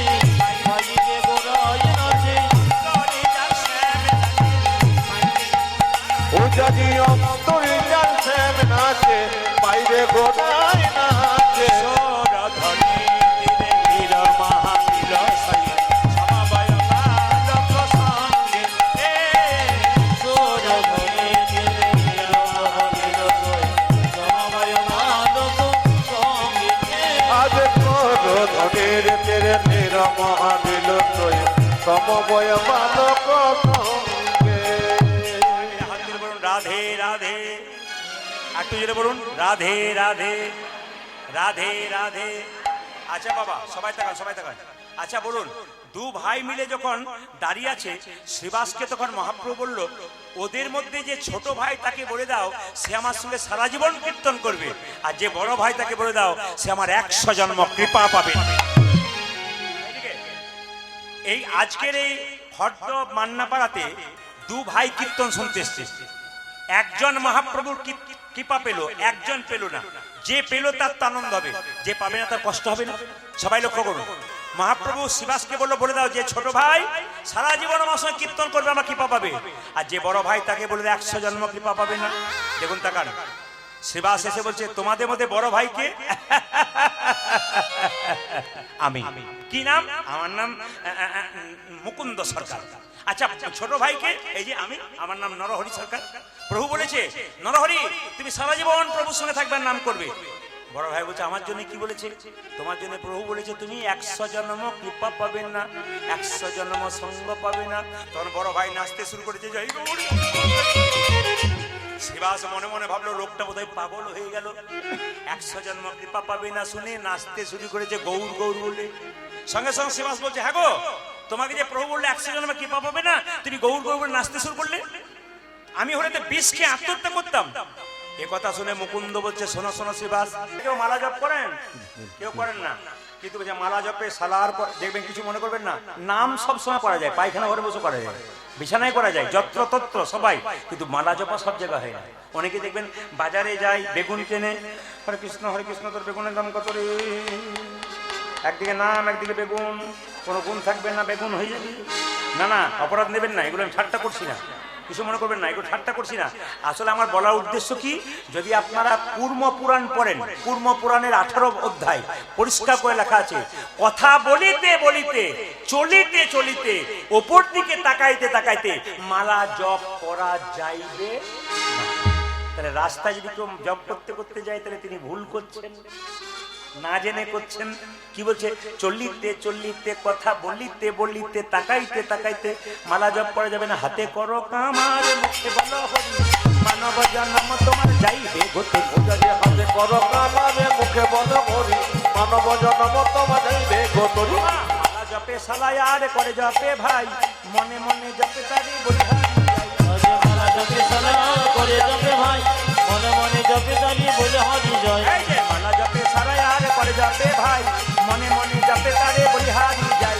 মালা জপে সালায়ার করে জপে ভাই, মনে মনে জপে তারে বলি হারি যায়। মালা জপ করবার সময় কোন আঙুলটা বাইরে থাকে? এইটা বাইরে থাকে কেন? মারামারি করবার সময় হাতে কাছে কিছু না থাকলে কি বলি, তোকে দেখে নেবো। এই আঙুলটা যায়, এ বাইরে থাকে, 4 জন বলে তুই যা ভাই আমরা যাব না, এরা ঝুলির মধ্যে ঢুকে যায়। এই জগৎ যারা মারামারি করে ঝগড়া করে তাদের মালার বাইরে জায়গা, আর যাদের ভক্তি আছে তাদের মালার ভেতরে জায়গা। এই আঙুলটা একটা কাজ আছে, এটা আমি এখানে বলবো না, নিজে নিজে গুরুর কাছে জানবেন। এই আঙুলটার বিরাট কাজ আছে, আপনাদের এই শরীরের মধ্যে একটা কাজ আছে। আমি একটু ইশারা দিয়ে গেলাম, গুরুদেব যদি প্রকৃত হন তিনি কিন্তু এগুলো বুঝিয়ে দেবেন। তাই গুরুর ব্যাখ্যা তো ওটা আমার বড় কথা নয়। কিন্তু একটা কথা বলি, আপনার মনে কিছু মনে করবেন না। আচ্ছা যারা শিক্ষিত ব্যক্তি আছেন একটু বলবেন তো, আমরা নিজেদের ধর্মটাকে মানি না অন্য ধর্ম মানছি? জোরে বলুন। এখন বলবেন না, আপনারা বুঝতে পারছেন না। আচ্ছা আপনাদের ছেলের জন্মদিন হয়, আপনারা কেক কাটেন? জোরে বলুন, জোরে বলুন। আর ওই মোমবাতি জ্বালিয়ে বলেন happy birthday to you, push করেন? জোরে বলুন। আচ্ছা আচ্ছা আচ্ছা আচ্ছা আচ্ছা বলুন, এবারে বলি আস্তে। হ্যাঁ হাসি নয়, হাসি নয়, আমি একটু বুঝিয়ে দিয়ে যাই। এটা আমাদের নয়, এটা খ্রিস্টানদের বটে। এটা আমরা ধার করে আনছি, ওদের কাছে ভিক্ষা করে আনছি। আমাদের ঘরে এত ধন থাকতে আমরা ভিক্ষে করছি। একটা প্রমাণ দিয়ে দিই আপনাদের, সবাই শুনবেন যারা শিক্ষিত ব্যক্তি আছেন মায়েরা। একজন বৃদ্ধা মা, তার ছেলে কলকাতায় চাকরি করে, 1 বছর ধরে চাকরি করে। মাটা তো পড়াশোনা জানে না, তো গ্রামের লোক বলছে, বুড়িমা তোমার ছেলে যে পড়াশোনা করে, তো তুমি চাকরি পেয়ে গেছে, তো তোমাকে পয়সা পাঠাই না? বলছে না, পয়সা পাঠাই না। তুমি ভিক্ষা করছো? বলে হ্যাঁ, ভিক্ষা করে বেড়াচ্ছি। তো তোমার ছেলে কোনো পয়সা পাঠায় না? বলছে না, লাল লাল কাগজে কি ভরা আছে বুঝতে পারি না। ভেতরে গিয়ে দেখলো লাল লাল কাগজের মধ্যে 1000 টাকা করে একটা ড্রাফট রয়েছে, কিন্তু বুড়িমা বুঝতে পারে না ভিক্ষা করে বেড়াচ্ছে। সেরকম আমরা আমাদের সনাতন ধর্মে কত কত ভালো ভালো জিনিস রয়েছে, ওগুলো খুলে দেখছি না, লোকের দরজায় ভিক্ষা করে বেড়াচ্ছি। নাই বলুন, পাশ্চাত্য শিক্ষা গ্রহণ করছি, আমরা আসল শিক্ষা গ্রহণ করছি। আচ্ছা মায়েরা, ছেলের জীবনে অন্ধকার ভালো না আলো ভালো? জোরে বলুন, জোরে বলুন। তাহলে যখন প্রদীপটা নিভিয়ে দিচ্ছেন, অন্ধকার হচ্ছে না আলো হচ্ছে? আলো হচ্ছে না অন্ধকার হচ্ছে? কি চাইছেন ছেলের, অন্ধকার না আলো? এখন যেগুলো আলো চাইছেন। আমি আর বেশি কিছু বলবো না, একটু তাড়াতাড়ি। হাতে করো কামার, মুখে বলো হরি, মানব জন্ম তোমার যাইবে বতরি। হাতে করো কামার, মুখে বলো হরি, মানব জন্ম তোমার যাইবে বতরি। এই যে হাতে করো কামার, মুখে বলো হরি, মানব। আচ্ছা, আমাকে একজন জিজ্ঞেস করলেন, দাদা কি পালা করবেন? আমাকে কি পালা করবেন? পালা তো আমি জানি না। আপনি পালা জানেন না? কি জানেন? বললাম লীলা জানেন। মায়েরা সবাই জানেন আপনারা, যাত্রা পালা হয়, নাটকের পালা হয়। একটা পালা হয় কি বলুন তো, আমাদের দুটো সবাই জানেন, একটি আষাঢ় পালা, একটি জোরে বলুন। অনেকে ভয়ে বলছে না, যাবে না বলে। আচ্ছা, যারা কীর্তন শুনতে এসছেন, কোন পালা শেষ হয়েছে? আষাঢ়টা না যাওয়ারটা? জোরে বলুন, কোনটা শেষ হয়েছে? আষাঢ় না যাওয়ার? কি ভয়ে ভয়ে বলছে? আষাঢ় যাওয়ারটা শেষ হয়েছে? বলছে যাওয়ারটা শেষ হয়েছে। আচ্ছা, আষাঢ়টা শেষ হয়েছে, বাকি আছে কোনটা? জোরে বলুন, একটু জোরে বলুন। এত যদি বুঝছেন যাওয়ারটা বাকি আছে, সাদা চুলে গোদরেজ নিচ্ছেন কেন? দেখবেন দরজা দিয়ে মৃতদেহ নিয়ে যায়। বলো হরি, বলো হরি, আপনারাও প্রণাম করেন, আমিও প্রণাম করে কি ভাবি বলুন তো? ও বোধ হয়ে গেল, আমি বোধহয় যাবই না। একবার পাক্কা কথা। আবার দেখবেন বাবা, অপরাধ নেবেন না, প্রথমে বলে দিই, যেখানে ছাগল কাটা হয়, একটা ছাগলকে ছালটা ছাড়িয়ে দিব্যি ঝুলিয়ে দেওয়া হয়, আর পাশে একটা ছাগল বসে বসে কাঁঠাল পাতা চিবোয়। ও জানে না যে এরপর লাইনটা আমার আছে। আমরা সব দেখছি কিন্তু কিচ্ছু বুঝছি না। যে হেলতে দুলতে চলে যায় আমাদের সামনে, তিনি বুঝিয়ে দিয়ে যায়, যতই মস্তানি করো, যতই খারাপ কথা বলো, যতই নোংরামি করো, যতই বদমাইশি করো, যতই দুষ্ট হও, যতই টাকা থাক, যতই গাড়ি থাক, যতই বাড়ি থাক, আমাকে তাকিয়ে দেখো, আমার মতো একদিন তোমাকেও মাচাই দুলতে দুলতে শ্মশানের চিতাতে নেতাই গৌরী। বাতাসা পৌঁছে নাই, তবে বাতাসা পৌঁছে যাবে। আপনাদের কাছে নিবেদন রইল, আজকে যে লীলাটি গাইব, আপনারা গয়া, কাশী, বৃন্দাবন সব জায়গায় যান মা, একটা জায়গায় যাবেন, বর্ধমান জেলার শ্রীখণ্ড গ্রাম। ওখানে আস্তে আস্তে আমি বলবো পরে, ওখানে শ্রীখণ্ডে গোপীনাথের মন্দির আছে। সব মন্দিরে দেখবেন, এদিকে সব মন্দিরে দেখবেন ভগবানের হাতে বাঁশি থাকে, কিন্তু আশ্চর্যের ব্যাপার, যদি ওই গোপীনাথের মন্দিরে যান শ্রীখণ্ডে, নবদ্বীপ থেকে 15 টাকা ভাড়া, ওই শ্রীখণ্ডে দেখবেন গোপীনাথের হাতে নাড়ু আছে, নাড়ুটা পাথরে, আবার অর্ধেক নাড়ু। আশ্চর্যের ব্যাপার, কেন নাড়ু হলো অর্ধেকটা, এই গল্পটা আপনাদের সামনে বলবো। তবে কমিটি যখন বাতাসা প্রসাদ আমাকে দেবে, কীর্তনের শেষে ছোট্ট রঘুনন্দন গোপীনাথকে নাড়ু খাওয়াবে, ওই নাড়ু প্রসাদ আপনারা বাড়ি নিয়ে যাবেন। এতে আপনাদের কয়েকটা লাভ হবে। প্রথম লাভ কি, বাড়ির যে বাচ্চা খুব চঞ্চল, তাকে প্রতি বৃহস্পতিবার যদি ওই বাতাসাটা একটা তুলসী পত্র দিয়ে জয় গোপীনাথ বলে কপালে ঠেকিয়ে স্নান করিয়ে একটা করে খাওয়াতে পারেন, 1 বছর খাওয়ালে আপনার বাচ্চা আস্তে আস্তে কৃষ্ণ ভক্ত হবে এবং শান্ত হবে। প্রমাণ দেখে দেবেন, যদি ভক্তি ভরে করতে পারে। আপনার ছেলে তো বুদ্ধিমান হবেই, কৃষ্ণ ভক্ত হবে এবং শান্ত হবে। শাস্ত্র বলছে তুলসী পাতা দিয়ে, বাতাসা দিয়ে। কিবার বললাম? জোরে বলুন, কিবার বললাম? বলুন, যে ঘুমোচ্ছে সে বলুন, কিবার বললাম? আমাকে তো সব দিক থাকে। কিবার বল মায়েরা? বৃহস্পতিবার। আচ্ছা বেশ, এবার বলুন বৃহস্পতিবার। আর বাড়িতে যাদের দেখবেন একটু হাঁটু ব্যথা, কষ্ট যন্ত্রণা হয়, যদি বৃহস্পতিবার দিন জয় গোপীনাথ বলে বাতাসার তুলসী পত্র দিয়ে খেতে পারে, তার দেখবেন অনেকটা ব্যথা দূর হয়ে যায়। গৃহে কমিটি বলেছে যে কীর্তনের শেষে আমরা 4 কেজি 5 কেজি বাতাসা দিয়ে দেবো, সবাই যেন পাই, আপনারা পেয়ে যাবেন। যদি কেউ 2টো পান পাশের জনকে একটা দেবেন। যদি সৎ মা হয় সে কীর্তন শুনতে শুনতে বলবে আমার ছেলের দরকার নাই। আর যদি ভালো মা হয়, কোনো মা এমন আছে, আমরা কীর্তন করতে গেছি দেখি বাঁ হাতে খাচ্ছে। ওরা বাঁ হাতে খাচ্ছ কেন মা? বলছে বাঁ হাতে খাচ্ছি, ডান হাতটা গোবিন্দকে দিয়ে দিয়েছি। বলে কেন? না আমার 7টা ছেলে মরে গেছে, তারপর একটা ছেলে হয়েছে, ওই জন্য ওই ছেলেটার জন্য গোবিন্দকে বলেছিলাম যদি ছেলে হয় না সারা জীবন ডান হাতটা গোবিন্দ তোমার সেবায় লাগবো, আর বাঁ হাতটা। এমনও মা পৃথিবীতে আছে যে সারা জীবন গোবিন্দকে ডান হাতটা দিয়ে দিল ছেলের জন্যে। আপনার 3 ঘন্টা কীর্তন শুনতেছে, যদি মনে করেন এই বাতাসটা আমার ছেলের জন্য না নেব, তাহলে আপনারা কি করলেন ছেলের জন্য? সব জায়গাতে নেয়, আপনারাও নেবেন, ভক্তি করে শুনবেন, প্রসাদ সবাইকে দেওয়া হবে, কেউ বাদ যাবেন না, মন দিয়ে শুনবেন যে যেখানে বসে আছেন। বাবা, বর্ধমান জেলার শ্রীখণ্ড গ্রাম, হরে কৃষ্ণ। বর্ধমান জেলার কোন গ্রাম বললাম জোরে বলুন? শ্রীখণ্ড গ্রাম। ওখানে গোপীনাথের হাতে কি আছে জোরে বলুন মায়েরা? নাড়ু আছে। আচ্ছা বলুন তো, গোটা আছে না অর্ধেক আছে? আচ্ছা, সেটা কি আসল নাড়ু না পাথরের নাড়ু? হ্যাঁ, ওটা নবদ্বীপ থেকে কত ভাড়া? বাসে কত ভাড়া? 15 টাকা ভাড়া। এই তো সব শিখে গেলেন আপনারা। দ্বিতীয় কথা বলে এক বন্ধ দিয়ে শুনিয়েছেন, ওখানে 2 ভাই ছিল, মানে রঘুনন্দনের বাবা তো জন্ম নেবে রঘুনন্দন, তার আগে বলি 2 ভাই ছিল। 2 ভাইয়ের মধ্যে বড় ভাইয়ের নাম মুকুন্দ সরকার আর ছোট ভাইয়ের নাম নরহরি সরকার। শুনবেন সবাই, বড় ভাইয়ের নাম কি সরকার বললাম? মুকুন্দ সরকার। আর ছোট ভাইয়ের নাম নরহরি সরকার। মায়েরা, মুকুন্দ সরকার কবিরাজি চিকিৎসা করে আর ছোট ভাই তার সঙ্গে কম্পাউন্ডারি করে। একদিন ছোট ভাই বড় ভাইকে বলছে, দাদা একবার সেবাসঙ্গনে মহাপ্রভুকে দেখতে গেলে হয় না? তখন বড় ভাই বলছে, এত রাস্তা, তখন তার বাস স্ট্যান্ড ছিল না, হেঁটে হেঁটে যেতে হতো। বলছে, বাবা হেঁটে হেঁটে যাবি ভাই? আমার পা ফুলে যাবে, যেতে পারবো না, পায়ে ব্যথা হয়ে যাবে। ছোট ভাই বলছে, দাদা সাধুগুরু বৈষ্ণবের মুখে শুনেছি কেউ যদি কৃষ্ণ নাম করতে করতে রাস্তা দিয়ে চলে যায়, তার রাস্তা অনেক তাড়াতাড়ি খাটো হয়ে যায়, কেউ বুঝতে পারে। যা দেখবেন মালা জপ করে নাম করে, কখন যে 100 মালা হয়ে গেছে, 108 মালা হয়ে গেছে, 16 মালা হয়ে গেছে, বুঝতেই পারে না। নাম করতে করতে রাস্তা দিয়ে গেলে, বাড়িতে নাম করলে আপনি সময় বুঝতেই পারবেন না কখন সময় পেয়ে যাবে।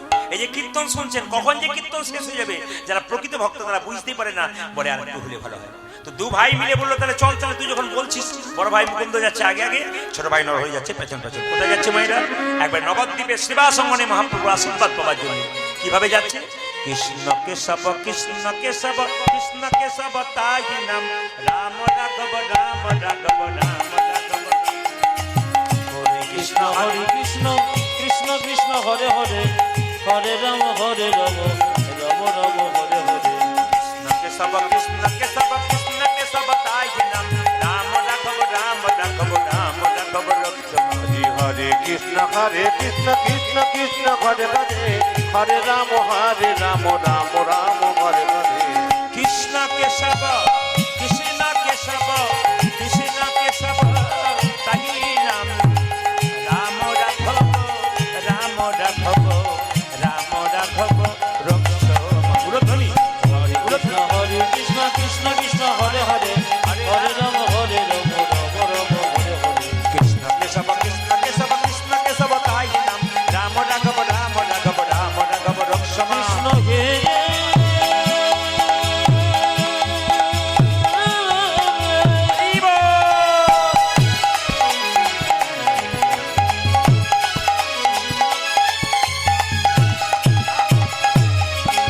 কৃষ্ণ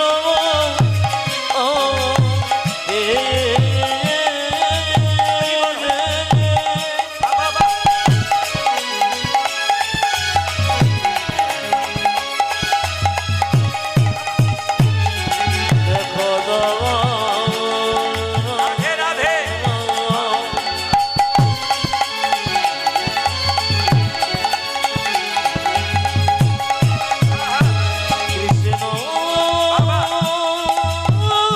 কৃষ্ণ হে কৃষ্ণ হে কৃষ্ণ হে।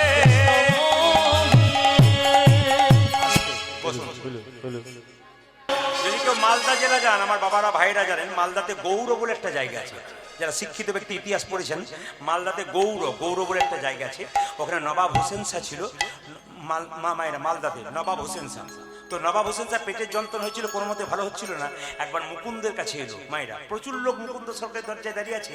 হঠাৎ করে মুকুন্দ বলে উঠলো, এই যে তোমাদের মধ্যে সবচাইতে গরিবকে সে আগে এসো। নবাব হোসেন শাহ বললো, বাবা আমি সবচাইতে ফকির। নবাবকে একজন বুদ্ধি দিয়েছে, তুমি যদি পেটের রোগ ভালো করতে চাও তোমাকে ফকির সেজে যেতে হবে। এত বড় বাংলার নবাব ফকির সেজে এসেছে। এই যে তোমাদের মধ্যে গরিবকে, আমি কি নাম? আমার নাম হোসেন ফকির। দেখি দেখি দেখি দেখি দেখি জামাটা খোলো তো। নবাব মনে মনে ভাবছে, জামা আমি খুলবো, পেটের রোগ যদি ভালো না হয় তো দেখবে কে এসেছে। আরে কি ভাবছো, জামা খোলো। নবাব যেন জামাটা খুলেছে, অমনি মুকুন্দ বলল, এবার মাটির বারান্দাতে গড়াগড়ি দাও।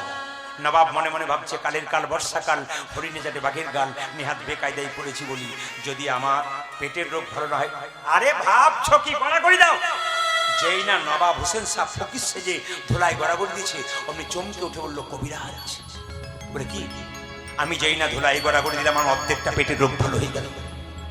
মুকুন্দ বলল, সবাইকে দিদি এক একটু পড়ে গেছে, তোমার কাজে লেগে গেছে। না মা, ভক্ত পদ ধুলিয়ার ভক্ত পদ জল, ভক্ত পদ জল, ভক্ত ভক্ত শেষ হয় তিন মহা। তিনি মহা। প্রত্যেকটি জেলায় জেলায় একটা অভিজ্ঞতা আছে। আপনাদের জেলার কীর্তন আলাদা, অন্য জেলায় কীর্তন আলাদা।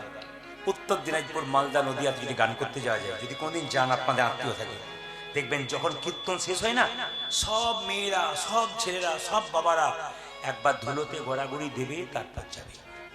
কীর্তন শেষ হবে তো ধুলোতে গড়াগড়ি দেবে, একবার ধুলোতে তিরপল উঠিয়ে ধুলোতে গড়াগড়ি দেবে, তারপর যাবে। তা আমি কীর্তন করতে গেছি নদিয়াতে, 3 জন মেয়ে কলকাতা থেকে এসছে কীর্তন শুনতে। দেখতে পাচ্ছি ওনারা 3 জনে কিন্তু কীর্তন এসে গড়াগড়ি দিচ্ছে।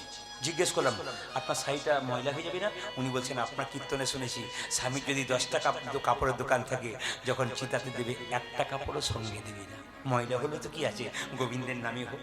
এমন আপনি কি করেন? শুনলে চমকে যাবেন। উনি বলছেন, আমি কলকাতার কোন এক কলেজের প্রফেসর।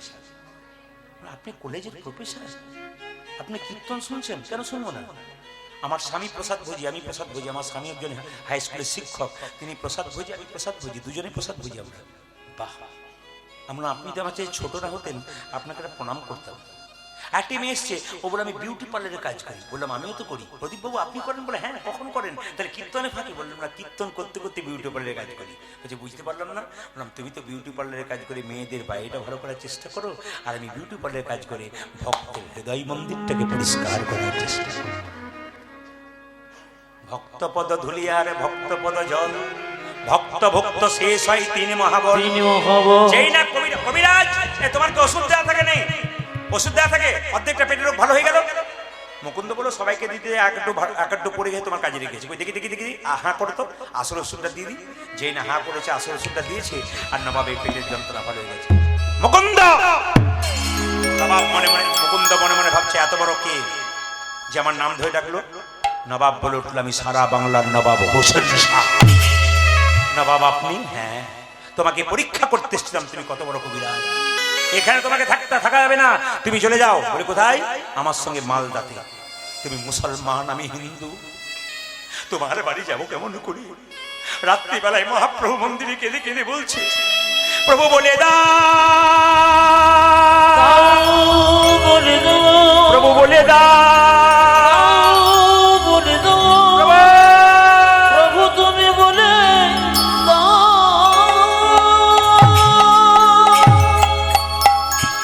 মহাপ্রভুকে কেঁদে কেঁদে মুকুন্দ রাত্রিবেলায় বলছে, প্রভু আমি মুসলমানের জারি যাব কেমন করে?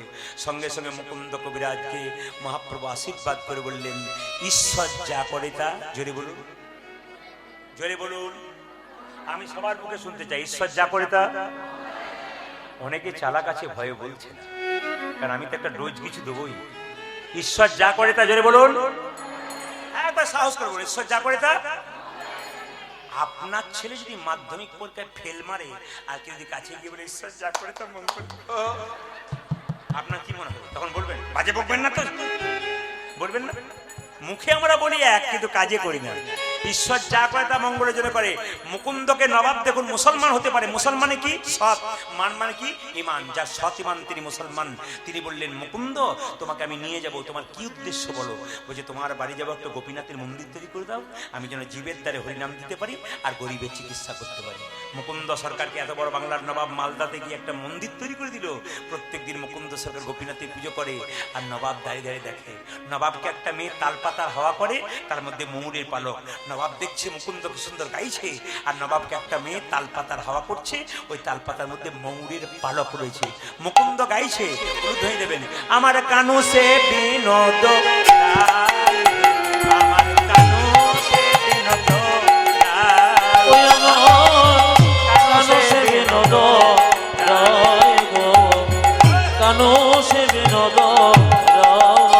আমার কানু সে বিনোদ রায় গো, আমার কানু সে বিনোদ রায়। ওই আমার কানতে বিনোদ রায় গো, আমার কানতে বিনোদ রায়। বিনোদ চূড়াই বিনোদ বরিহার, বিনোদ চূড়াই বিনোদ বরিহার, বিনোদ চূড়াই বিনোদ বরিহার, আজ বিনোদ চড়াই বিনোদ বলিহায়। বরিহা বরিহা বিনোদ উড়িছে তাই গো, আমার বিনোদ জুড়েছে তোমার, আমার কানো সে বিনোদ রায় গো, কানো সে বিনোদ রায়। ওই আজ কানতে বিনোদ রায় গো, কানতে বিনোদ রায়। বিনোদ ললাটে বিনোদ তিলক, বিনোদ বিনোদ সাজে গো, আজ বিনোদ লোলাটে বিনোদ তিলক, বিনোদ বিনোদ সাজে গো। বিনোদ ললাটে বিনোদ তিলক, বিনোদ বিনোদ সাজে গো, আজ বিনোদ ললাটে বিনোদ তিলক, বিনোদ বিনোদ সাজে গো। বিনোদয় ধরে বিনোদ মুরলী, আজ বিনোদয় ধরে বিনোদ মুরলী, বিনোদয় ধরে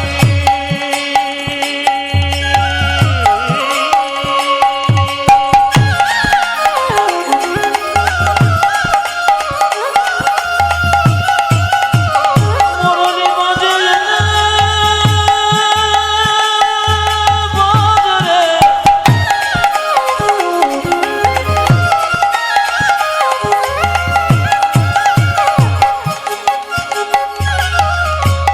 মধুর মধুর স্বরে বাজরে,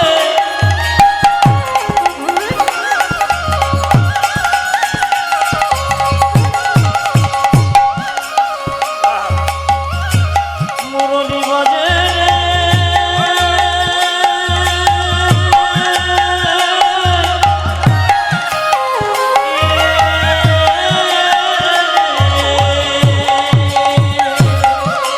বিনোদয় ধরে বিনোদ উজায় মুরলী, বিনোদয় ধরে বিনোদ মুরলী। বিনোদ বিনোদ বাজে গো, বিনোদ বিনোদ বলে আমার কানো সে বিনোদ রায় গো, কানো সে বিনোদ রায়। ওই আমার কানতে আজ কানো সে বিনোদ রায়। হ্যালো করে দাও, হ্যালো করে দাও, হ্যালো করে দাও, হল দিচ্ছ কেন? হ্যালো।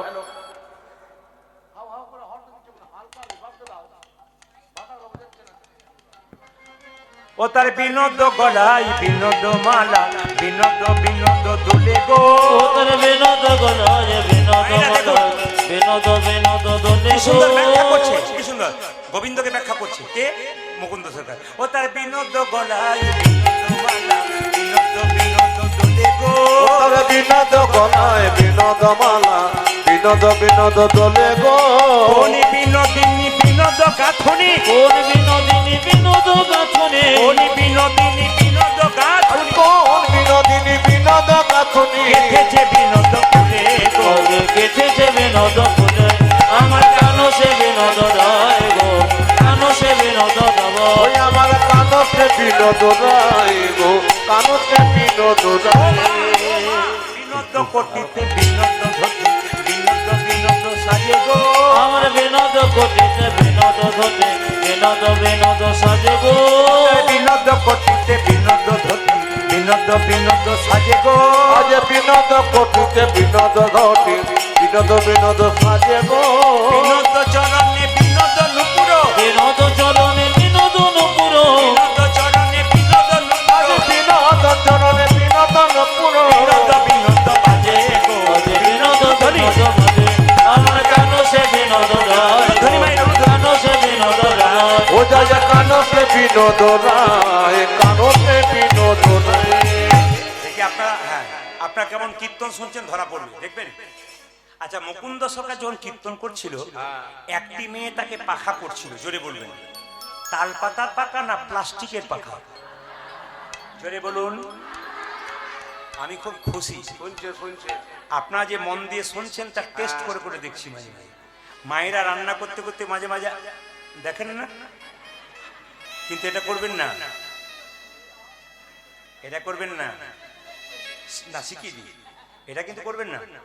কোনোদিন রান্না করতে করতে রান্নাশালে এরকম করে দেখে জলটা নিয়ে অনেকে দেখবেন, দেখে আবার হাতটা ধুই না, পুরো অলক্ষীর লক্ষণ। যেখানটা রান্না করছেন ওটা অন্নপূর্ণার মন্দির।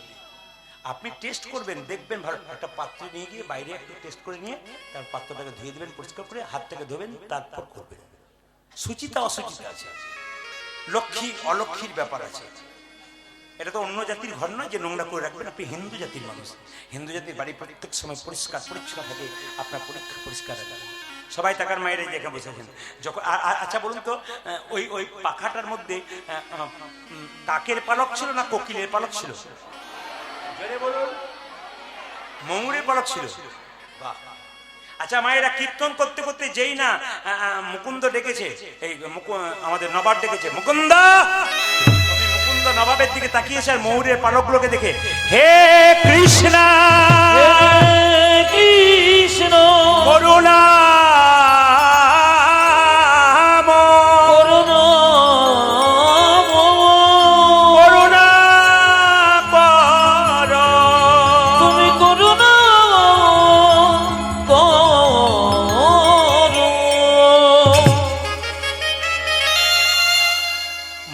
সরকার অজ্ঞান হয়ে গেছে। নবাব তাকে একটু জল দিয়েছে আর সঙ্গে সঙ্গে মুকুন্দ সরকারের জ্ঞান ফিরেছে। নবাব জিজ্ঞেস করলো, তুমি যখন কীর্তন করছে তোমাকে পিছু ডাকলাম, তুমি অজ্ঞান হয়ে গেলে কেন? নবাব মুকুন্দ মিথ্যা কথা বললো, বলে তুমি তো মুসলমান, আমি তো হিন্দু, তুমি কি করে বুঝবে আমার কৃষ্ণ অনুরাগী কথা? আমি তোমাকে আজকে একটা মিথ্যা কথা বলবো। নবাব, আমি সারা বাংলা চিকিৎসা করি, আমার সারা বাংলা চিকিৎসা করি, আমার একটা রোগ আছে, মৃগীর ব্যারাম আছে। নবাব বলল, তুমি হয়তো জানো আমার রাজ্যে একটা নিয়ম আছে, যে মিথ্যা কথা বলে তার জিভটাকে ছিঁড়ে নি। তবে তুমি যেহেতু আমার পেটের রোগ ভালো করেছো, আমি তোমাকে কিচ্ছু করবো না। তোমার যদি মৃগী রোগ থাকবে, তুমি যখন অজ্ঞান হয়ে গেছিলে কৃষ্ণ বলে কাঁদছিলে কেন? তোমার যদি মৃগী রোগ থাকবে, তুমি যখন অজ্ঞান হয়ে গেছিলে তোমার চোখ থেকে জল পড়ছিল কেন? মুকুন্দ সরকারকে দেখে দিয়ে বললো, নবাব আমার অপরাধ হয়ে গেছে। নবাব বলল, অপরাধ তোমার হয়নি, আমার হয়েছে। তোমার মতো কৃষ্ণ ভক্তকে আমি কেনা গোলাম মনে করে ভুল করেছি। যারা কৃষ্ণ ভক্ত হয় কারো কেনা গোলাম হয় না, তারা ভগবানের দাস হয়। ও মুকুন্দ, আমার যদি পেটে কোনোদিন যন্ত্র হয় তুমি দেখে যেও, আমি তোমাকে আশীর্বাদ করছি না, গোটা শ্রীখণ্ডটা আমি তোমার নামে লিখে দিলাম। ঈশ্বর যা করে তা, যেটা বলুন, গোটা শ্রীখণ্ডটা তো আমার নামে লিখে দিলাম। তোমার তো অভাব ছিল, যাও। নবাব বলো, গোটা শ্রীখণ্ড তোমার নামে রইলে, যাও যাও, তুমি গোটা শ্রীখণ্ড ভোগ করো। মুকুন্দ সরকার বলছে, তাহলে আমি বাড়ি ফিরে যাই? বলে হ্যাঁ যাই। সুন্দর করে মুকুন্দ আসছে, যশোদার দুলা, যশোদার দোল, তুমি বজে, তুমি ব্রজের রাখো, বৃন্দাবন মন, তুমি যশোদারি দোল, ব্রজের রাখো, বৃন্দাবন মন হরি। তুমি যশোদার দুলা, বজে রাখা, বৃন্দাবন মন হরি। ও তুমি যশোদার দোলা, ব্রজের রাখা, বৃন্দাবন ধন হারে।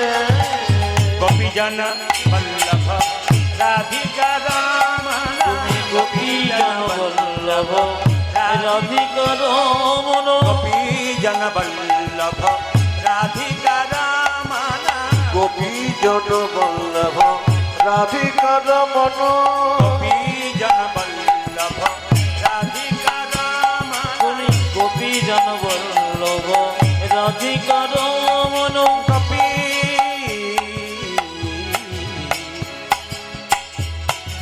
গোপী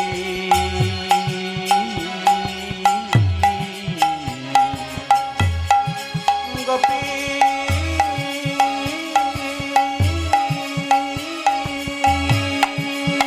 হে প্রাণ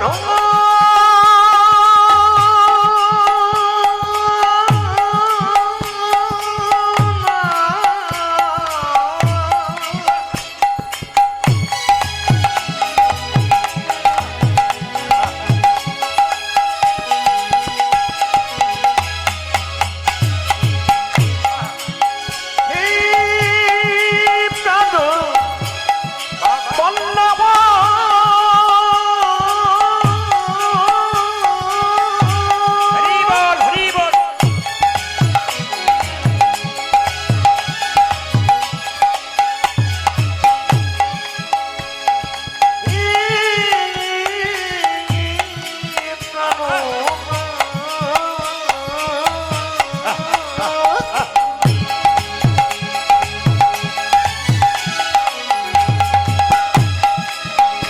হে প্রাণ বল্লভ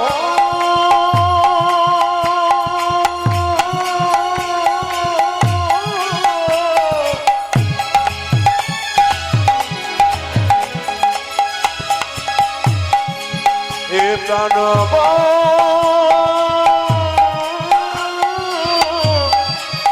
বল্লভ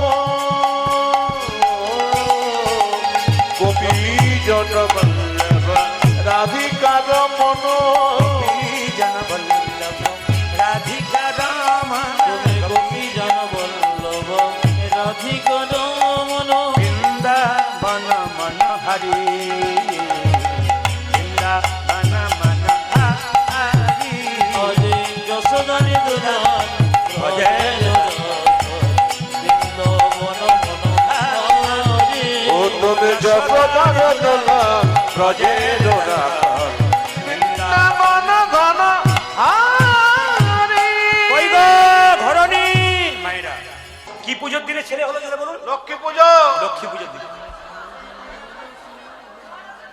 ভাগ্যে আপনারা এসেছেন আমি ভুলে গেছিলাম কি পুজোর দিনে মায়েরা সরস্বতী পুজো আর যেই না পুজো করছে কবিরাজ একজন মেয়ে গিয়ে বললো কবিরাজ তুমি তো পুজো করছো সুখবর বলে কি তোমার ছেলে হয়েছে আমার ছেলে সরস্বতী পুজোর দিনে আনন্দ ধরে না আনন্দ ধরে না আনন্দ ধরে না তাদের আনন্দ ধরে না মুকুন্দ দাসের মনে আনন্দ ধরে না। আমার মুকুন্দ দাসের মনে আনন্দ ধরে না মুকুন্দ দাসের মনে পুত্রের বদন হেরে মুকুন্দ দাসের আজ মনে পুত্র বদনে হেরে মুকুন্দ দাসের মনে দেখো পুত্র বদনে হেরে মুকুন্দ দাসের মনে দেখো পুত্র বদনে হেরে মুকুন্দ দাসের দেখো পুত্র বদনে হেরে আনন্দ ধরে না মুকুন্দ দাসের আজে আনন্দিত ও যে মুকুন্দ ধরে আজি আনন্দিত আচ্ছা মায়েরা বলুন ছেলে হলে বেশি আনন্দ হয় না মেয়ে হলে বেশি আনন্দ হয়? দুইটে মেয়ে ছেলে আচ্ছা কিছু মনে করবেন না আস্তে আস্তে এটা কিন্তু খুব দোষের ব্যাপার শুধু আপনারা নয় কেন জানি না সব জায়গাতে বলি ছেলে হলে বেশি আনন্দ হয়, মেয়ে হলে মায়েরা খালি বলে ছেলে হলে হ্যাঁ আর ছেলে যে বয়স হলে ঘাড়ে লাফিয়ে পালিয়ে যাচ্ছে এটার দিকে তাকাচ্ছে না কিন্তু একজন পণ্ডিত বলছেন আমি সেদিন পড়ছিলাম এক জায়গাতে ফেসবুকে একজন বলছেন যে একটা ছেলে একটা মেয়ে দুটোই জন্ম নিল কারো একটা ছেলে একটা মেয়ে বলছে ছেলের প্রতি যদি 10,000 টাকা খরচ করো তাহলে মেয়ের প্রতি 20,000 টাকা খরচ করে কেন ডবল কেন না একটা ছেলে যদি একটা বংশের প্রদীপ হয় একটা মেয়ে দুটো বংশের প্রদীপ একটা মেয়ে কেন বলুন তো একটা ছেলে একটা বংশের নাম উদ্ধার করবে কিন্তু মেয়েরা বাবার বংশ উদ্ধার করবে আর মেয়ের মায়ের বংশ একটা ছোট্ট প্রমাণ দিদি আপনি শুনবেন তাহলে বলে দিই আপনি যেমন শিক্ষা দেবেন আপনার বাচ্চাকে আপনার ছেলে কিন্তু সেরকম এইদিকে একটা 18 বছরের মেয়ের বিয়ে হয়ে গেল মা কি এইদিকে একটা 18 বছর আস্তে একটা 18 বছরের মেয়ের বিয়ে হয়ে গেল মেয়েটি কাঁদছে মা তোমাদের ছেড়ে থাকতে পারবো না মা বলছে খুকি চিন্তা করিস না তোর বাবাকে না মাসে মাসে পাঠিয়ে দেবো না মা বাবাকে ছেড়ে তোমাকে ছেড়ে থাকতে পারবো না একটা কথা শোন বলে কি শ্বশুর বাড়ি যাবি শ্বশুর শাশুড়িকে প্রণাম করবি ভক্তি করবি দেখিস বাবা যেন ভালো ব্যবহার করিস খারাপ ব্যবহার করিস না বলে কোনো চিন্তা নেই মা করবো শ্বশুর বাড়ি গেল এক সপ্তাহের মধ্যে ঝগড়া শুরু করলো না না তারপর শুনবেন কি কথা শুনলে চমকে যাবেন এটাই তো মজা কথার মধ্যে পেঁচ আছে আর কথার মধ্যে মানে যুক্তি আছে দেখুন এক সপ্তাহের মধ্যে ঝগড়া শুরু করে দিল ছেলের বাবা ফোন করে বলছে আপনার মেয়েকে কেমন পাঠালেন ও মেয়ে তো এসে ঝগড়া করছে মেয়ে যখন অষ্টমঙ্গলা করে এলো, বাবা বলছে খুকি তোকে পুঁই পুঁই করে বললাম কানে, ঝগড়া করিস না, ঝগড়া করিস না। তোর মা বললো, আমি বললাম তুই ঝগড়া করলি কেন? মেয়েটি বলছে বাবা 18 বছর ধরে বাড়িতে যেটা শিখলাম সেইটাই তো ওখানে করলাম। বলে বুঝলাম না। বলছে তুমি ঠাকুমার দাদুর সঙ্গে 18 বছর শুধু ঝগড়া করেছো, আমি তো ঝগড়া শিখেছি, ভালো কিছু শিখি নাই, ওইটাই করে দেখি। আমি কি বললাম? কথাতে জাদু আছে। আমি কি বলেছি আপনাদের? কথাতে জাদু আছে। দিলে বুঝে নেবেন যে কি ডোজ আমি দিয়ে গেলাম। কি তবে আপনারা যেভাবে এটে সেটে বসছেন, তাতে আমি সিদ্ধান্ত নিচ্ছি আমি 3টে পর্যন্ত গান করবো। রাজি আছেন? রাজি আছেন তো? 3টে মানে ভোর 3টে বলি না, 3 ঘন্টার কথা হয়ে গেছে। আর 9 বড় বাজে 12 আস্তে আস্তে আস্তে। না না, সব বুঝলাম, সব বুঝলাম। আপনাদের আবেদন আছে, এই ছেলেগুলো আমাকে যা টাকা দিয়েছে এবার দিয়ে দিয়েছে। এবার যে গানটা আমি করবো 9টা থেকে 12টা, 3 ঘন্টা হয়ে গেছে। এবার যেটা করবো আপনারা দেবেন তা রাধে রাধে। আপনাদের কিছু দেবেন, রাধে রাধে বলুন, রাধে রাধে রাধে রাধে রাধে রাধে। মায়েরা বাচ্চা ছেলে জন্ম নিল, কি করলো মায়েরা? মধু কেনার পয়সা নাই, 2 কানে শোনাই গেল মধুর হরিনাম। আজ 2 কানে শোনা গেল মধুর হরিনাম। 2 কানে শোনাই গেল মধুর হরিনাম। ওরে মধুরে কানে শোনাইল মধুর হরিনাম। হরিনামে শোনা মধুর হরিনামে শোনালো, হরিনামে শোনা মধুর হরিনামে শোনালো। সারে কথা শোনা লাগে হরিনামে শোনালো। সংসারে কথা শোনার আগে হরিনামে শোনালো। সারে কথা শোনা লাগে নাম ময়দা সংসারে কথা শোনার আজ আগে নাম মাইরে হলো, কথা শোনার আগে নাম মাইরে হলো, কথা শোনার আগে নাম মাইরে হলো, কথা শোনার আগে নাম মাইরে হলো। সংসারে কথা শোনার আগে হরিনামে শোনালো। আজ 2 কানে শোনা গেল মধুর হরিনাম। ওরে যে 2 কানে শোনাইল মধুর হরিনাম। ও মায়েরা এই যে দেখান। এইবার বলছে মা সরস্বতী পুজোর দিনে পুজো হলো, তাহলে ছেলে হলো, আপনার কি বলবেন? আশীর্বাদ করো, ইঞ্জিনিয়ার হোক, ডাক্তার হোক, মাস্টার হোক। উনি কি বললেন?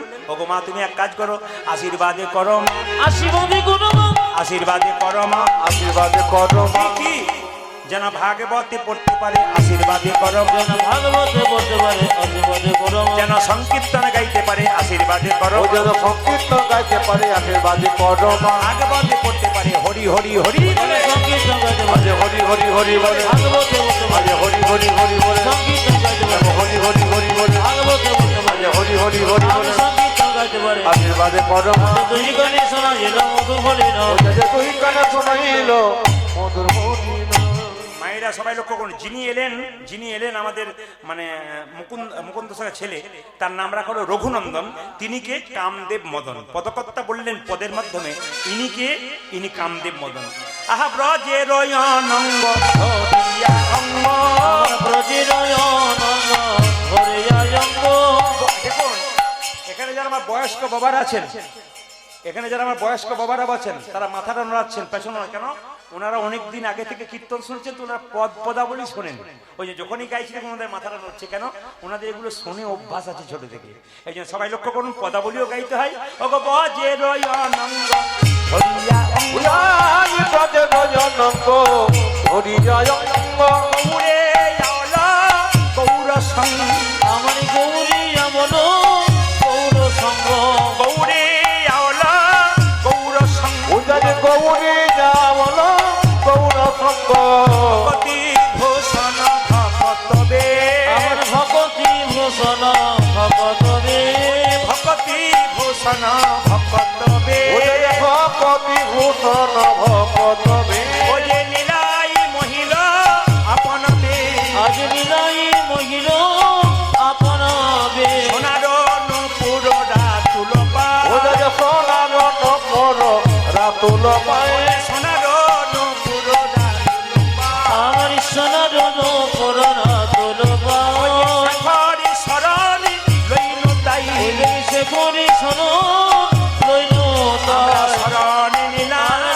শরণ নিল আমরা শরণে নিলাম। উনারা শরণে নিলাম। যে গৌরাঙ্গের চরণ তলে শরণে নিলাম। ভক্তর গুণন্দ শ্রীচরণে শরণ নিল। রঘুনন্দনের শ্রীচরণে হরি হরি হরি বলে। ভক্তর গুণন্দ শ্রীচরণে হরি হরি হরি বলে। গুণন্দ শ্রীচরণে হরি হরি হরি বলে। আমের গুণন্দ শ্রীচরণে হরি হরি হরি বলে। আমের গুণন্দ শ্রীচরণে হরি হরি হরি বলে। শরণে নিলাম। আপনাদের এই আমি জানি এখানে অনেক ভদ্রলোক, অনেক শিক্ষিত মানুষ আছেন, অনেক জ্ঞানী মানুষ আছেন। বলুন বাবা। বুঝতে পারছি না।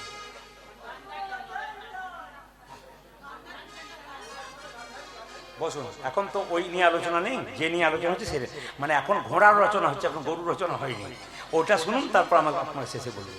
সবাই মিলে হাতে কর। হঠাৎ আপনার জেগে গেল কেন? আমি যে যা বলছিলাম, মানে যে ছেলেকে পড়ানো হবে তো ময়না পাখির রচনা নেই, তখন যদি আপনার টিয়া পাখির কথা মনে পড়ে গেল কেন? হঠাৎ টিয়া পাখি কি বাড়িতে আসে নাকি? আর আমি একটা কথা বলি, কারো বাবার নাম জানবেন কেন? কেন বলুন তো? আপনি কি তার আধার কার্ড দেখবেন নাকি? আর তার সম্বন্ধে জানুন, তার থেকে কি শিক্ষা পেলাম, আমি ওইটি জানছি। সব মিলে হাতে করো কাম আর মুখে বলো হরি, মন মানব জন্ম তোমার যাইবে গতি। ও যদি হাতে করো কামারে মুখে বলো হরি, মানব জনম তোমার যাইবে গোতরি। ওই যে হাতে করো কাম আর মুখে বলো হরি, মানব জন্ম তোমার যাইবে গতরি। হাতে করো কাম আরে মুখে বলো হরি, মানব জনম তোমার যাইবে গোতরি। রামকৃষ্ণের কথা, মালা জপে সাদা আর করে জপে ভাই, মনে মনে জপে তারে বলিহার। মালা জপে সালাম করে জপে হয়, মনে মনে জপে তারি ভুল হয়।